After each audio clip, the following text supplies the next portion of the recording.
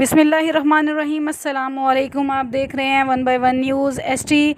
खबर शामिल करते हैं फैसलाबाद से। डिप्टी कमिश्नर फैसलाबाद मोहम्मद अली की हदायत पर assistant commissioner city Faisalabad Syed Ayub Bukhari ने शहर भर में लगने वाले गैर कानूनी बाज़ारों के ख़िलाफ़ क्रैकडाउन का आगाज़ कर दिया। तफसीलात के मुताबिक डीसी मोहम्मद अली की हदायत पर एसीसीटी अयूब बुखारी ने 2 थानों की नफरी और एलाइड फोर्स के हमरा मिल्लत रोड नज़द खजूरों वाला बाग में कायम गैर कानूनी बाज़ार में छापा मारकर 40 अफराद को गिरफ़्तार कर लिया।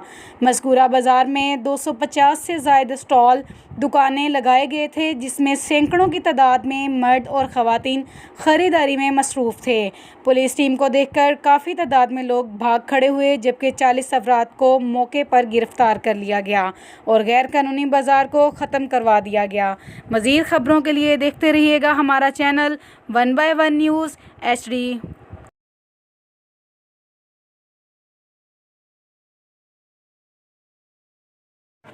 तो अंदर जल्दी करो, जेल में चले जाओगे। बंद करो इसको, जल्दी करो, जल्दी क्लोज करो, जल्दी करो, बंद करो इसको। चलो शाबाश।